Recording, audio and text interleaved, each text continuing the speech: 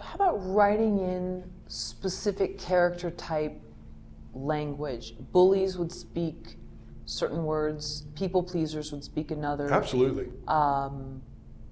Rebel rousers. Absolutely, and that's part of dialogue, is it's going to be distinctive to whoever the character is. So they're going to, the guy that's the naysayer is always going to be finding that, that, yeah, we're all doomed, this is terrible. I don't know what cartoon's that's from, but so they're going to find the negative side to everything.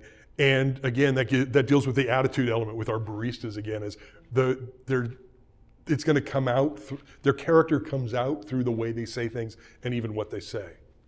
Interesting. So are there certain words though that we would maybe hear more from one type versus another? Like a people pleaser, maybe they would always end sentences with a question in their voice.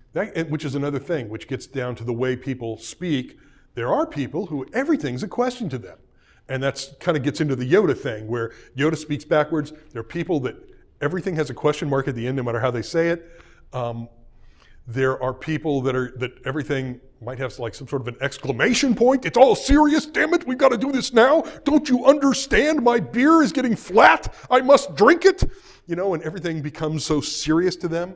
And those are things that are part of those characters that are going to come out in the way they say things and how they say things. Samuel L. Jackson's, a lot of his characters similar to that, yeah.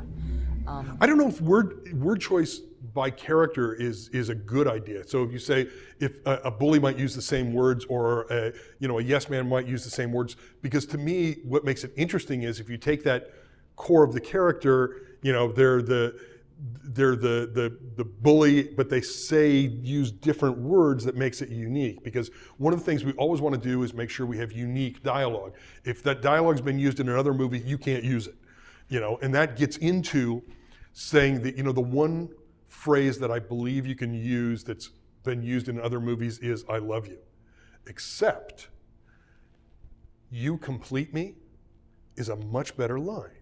And if you think about all these love stories, they have great lines like that that say "I love you" in different ways. So even when we come to, the thing about "I love you" is it's one of those things when a character says "I love you," that, we just go, that works. It's still emotionally real, even though we've heard the line a million times before. But "you complete me," man, I used to be able to run down the list of all these, because there's a great romance movies don't say "I love you." They find the different way to say it. So always try to find the different way to say something that hasn't been used before. Dialogue is like toilet paper. You don't want any that's been used. You had me at hello. You had me at hello. There's a great one. Absolutely. And those are the lines we remember. You want the memorable dialogue. And again, those would be on bumper stickers or engraved in gold. Right. Why I oughta. Sorry. Okay. See, that's not even a full sentence. Yeah, it doesn't have to be, as long as it brings back the memory of the, of the scene, of the TV show, of the movie, of the whatever, and